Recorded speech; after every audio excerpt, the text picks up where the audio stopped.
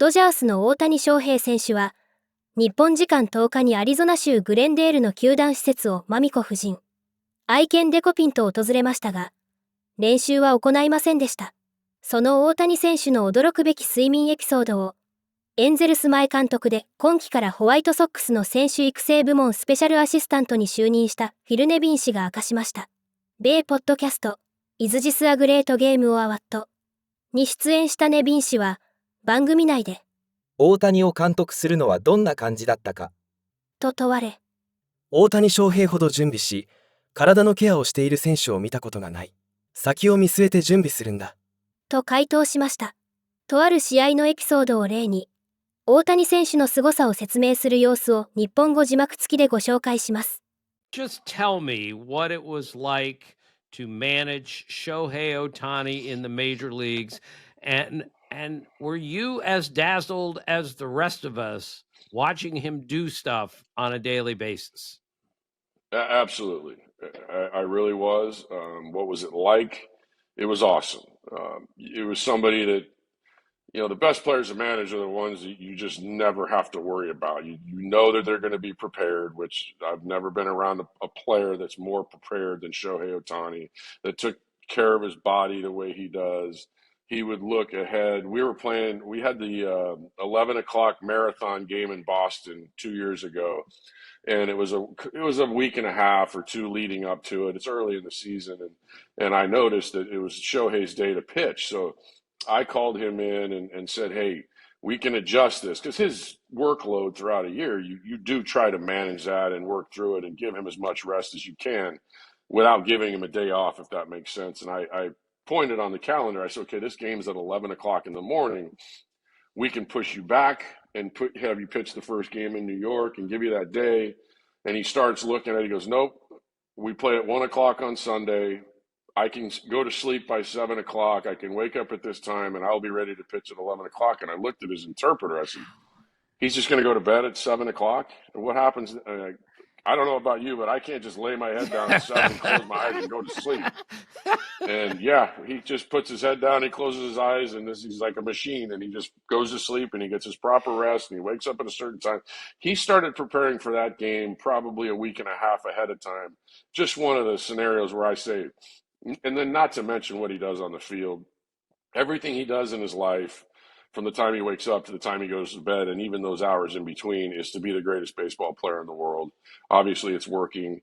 I don't think we'll ever see another thing like it. We say those things over the years, but I really don't think we will see another player like this. He's so good. He's so talented, but there's a reason why he's the greatest, is because of the fact that what he puts into it that people don't see behind the scenes. Not to mention he wants to win so bad. I was so happy for him last year when they won the World Series, and seeing the look on his face. That's all he wanted in this game. And I say that with all sincerity. He wants to win so bad. You saw him in the World Baseball Classic and his reactions when they won, and then you saw him in the World Series. It just brought a lot of joy to me, even though, it was hard for me, because you know how much I love Aaron Boone, and I was rooting for the Yankees, and there was on both sides, because Dave Roberts is such a great friend of mine, but Dave had one, and I knew Shohei was going to get one at some point, and I really and Aaron's going to get one too, and I can't wait for that day as well. But it was really neat to see Shohei be in that position and have such an impact on them doing well, because that's all he wants in this game is to win and win championships. Phil, you mentioned, seeing your son play a major league game in person. And if I have this right, he's signed to go play overseas in Japan. Are you planning a trip for 2025? The position I've taken with the White Sox, and we've had these conversations, I'm going to be able to leave spring training a few days early, and I'm going to get to see his first few games in Japan. Great. So I'm really excited about that. The time change is a little off, so about when I'm going to bed, he's just getting out of their spring training has already started, and he's having a blast. And okay. I've managed a lot of players in the minor leagues that have gone over and played in Japan, and I can give you the list of them, and I knew after a few, like, this guy's going to be able to go over there and do well, and this guy's not. It's the people that go over, and the players that embrace the culture, that really love the game, yes, all of them are going over because obviously the money and the opportunity, and that's part of it for him for sure. But you know, he sent me a picture of his first team meal. The team kind of messed with him a little bit, and he was sitting at this table, and they're like, "All right, dinner's coming," and they brought out this. It had to be like a 50-pound yellowfin tuna, and they just threw it on the whole fish. They just threw it on his plate and go, "All right, we're gonna eat." And he's like, you can see his face, and then they have the chef come over and they carve.